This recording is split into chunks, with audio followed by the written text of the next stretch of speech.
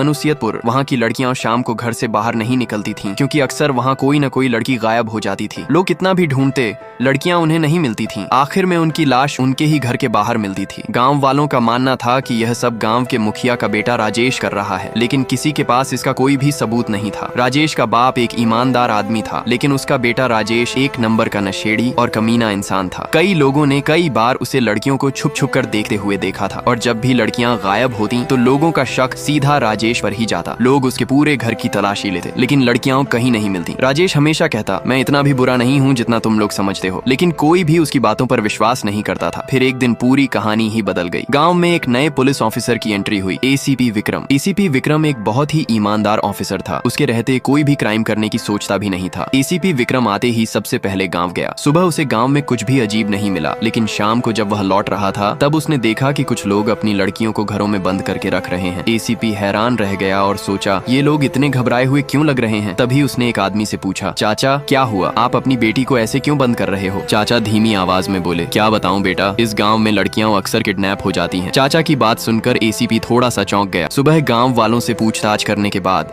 ACP का शक राजेश पर गया। एसीपी राजेश के घर गया और सीधा हर जगह तलाशी लेने लगा। राजेश खड़े खड़े मुस्कुरा रहा था। अरे सर, कुछ नहीं मिलेगा यहाँ, आप फालतू में टाइम वेस्ट कर रहे हो। लेकिन एसीपी ने हार नहीं मानी। धीरे धीरे शाम हो गई और एसीपी वापस लौटने लगा, लेकिन तभी अचानक वह रुक गया और एक कोने को ध्यान से देखने लगा। राजेश हैरान रह गया, ऐसा क्या मिल गया इस एसीपी को। उस घर में एक ऐसी सीढ़ी थी जो ऊपर जाती थी। एसीपी ने अपनी गाड़ी की मदद ली और ऊपर पहुंच गया। फिर उसने जो देखा वह हैरान रह गया। ऊपर बहुत सारी लड़कियां बंद थीं। एसीपी गुस्से में बाहर आया, राजेश के बच्चे, तूने मुझसे झूठ बोला। उसने राजेश को अरेस्ट कर लिया और जेल में बंद कर दिया। जब लोगों को पता चला कि किडनैपर राजेश ही था तो उनके दिल को सुकून मिला। उन्होंने अपनी बेटियों को घर से निकाल दिया और आजादी दे दी। पूरा गांव खुशी में डूबा हुआ था। नाच गाना हो रहा था और सब लड़कियां खुश थीं। अब हम भी आजादी से जी सकते हैं। वहीं एसीपी राजेश पर नजर रखे हुए था। एसीपी साहब, मुझे जाने दो, मैं निर्दोष हूँ। लेकिन एसीपी उसकी बातों को झूठ समझ रहा था। तभी गांव का एक आदमी भाग गया। एसीपी विक्रम चौंक गया। क्या हुआ, आदमी ने कहा। सुबह गांव में सब लोग खुशियां मना रहे, लेकिन तभी गांव में एक गाड़ी आई और उसमें से एक मास्क पहना आदमी उतरा। उसने पहले लोगों को मारा और फिर लड़कियों को उठाकर ले गया। एसीपी विक्रम चौंक गया। इसका मतलब राजेश सच बोल रहा था। तो आखिर वह किडनैपर है कौन। वहीं एक काली गुफा में किडनैपर लड़कियों को बंद करके रखे हुए था। जैसे ही उसने अपना मास्क निकाला, सब हैरान रह गए। वह आदमी कोई और नहीं, गांव का मुखिया यानी राजेश का पिता था। वह जोर जोर से मुस्कुराया और बोला, सारी लड़कियों को मैंने किडनैप किया, लेकिन जेल मेरा बेटा गया। मुखिया खुश हो ही रहा था कि तभी पीछे से किसी और की हंसी की आवाज आई। क्या हुआ मुखिया जी, शौक लगा। एसीपी विक्रम और राजेश पीछे खड़े। राजेश के पिता हैरान रह गए। एसीपी विक्रम आगे आया और उसने राजेश के पिता को अरेस्ट कर लिया। अब तुम यहीं जेल में सड़ोगे।